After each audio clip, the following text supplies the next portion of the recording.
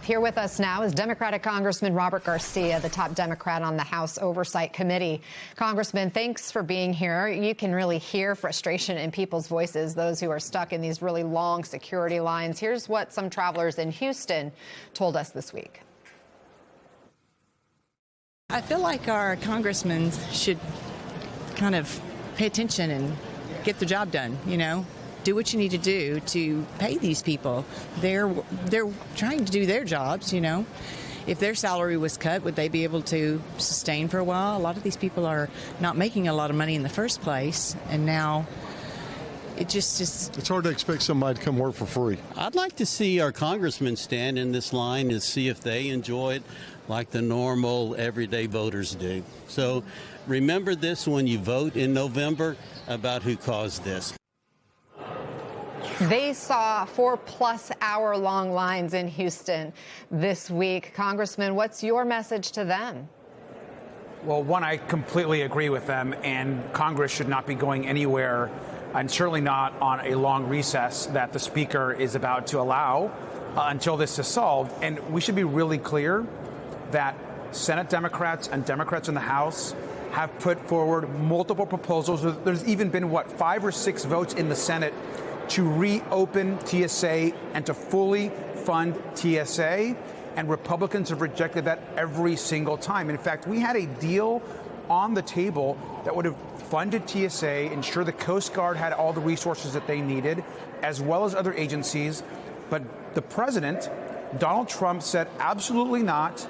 He wants reforms on the SAVE Act. He wants to pass all these voter restrictions and doesn't actually want to hear proposals to reopen our airports. So right now we have our American airports hostage because the president wants to instead focus on election conspiracy theories and make it harder for people to vote.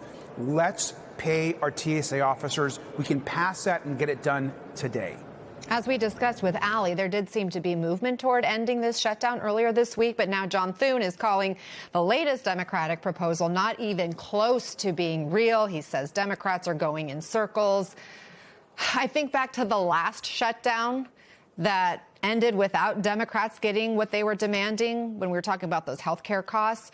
Why should Americans believe this time will be any different? Well, let's be really clear. I mean, the proposal is really simple. The proposal that Democrats have put on the table is essentially to pay and fully fund every piece of the government within Homeland Security, but also they put together some modest reforms to ICE. Let's not forget that ICE continues to go out and harm, murder, and hurt American citizens across this country. They're breaking the law. They are not following the judicial warrant process. And so what we've said is let's put ICE to the side. Let's continue to negotiate reforms on ICE, and let's fund the entirety of the rest of the government.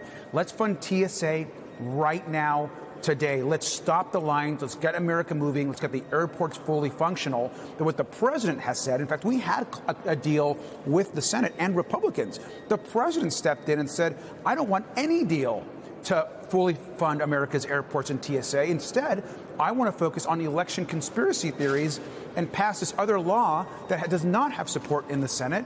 And that's what he wants to focus on. It is right now unconscionable that the president will not support a bipartisan proposal to fully fund our airports and TSA agents. I think Leader Thune needs to stop listening to President Trump and start listening to the American people, including the folks who you just had right now interviewing them out there at the airport. I mean, travel has just been one giant headache across the board lately. We've also seen gas prices spike since the start of the war in Iran. The national average right now today, almost $4 a gallon. It's close to $6 a gallon in your home state of California. What do you say to Americans who are looking for relief? I mean, this is horrific. I mean, talk about betraying the American public. Donald Trump promised to lower gas prices. He promised to lower the cost of groceries. He promised to lower the cost of our rent, and they've all gone up. Skyrocketing health premiums are shooting up. And as it relates to gas prices... Do Democrats have a plan?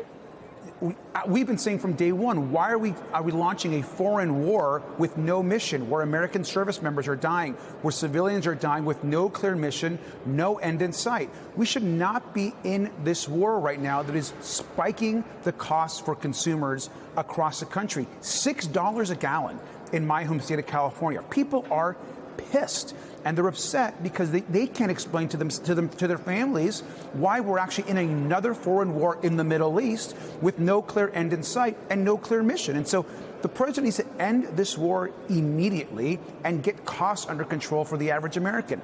Instead, costs keep going up. Congressman Robert Garcia, thank you for joining us. We appreciate your time this morning.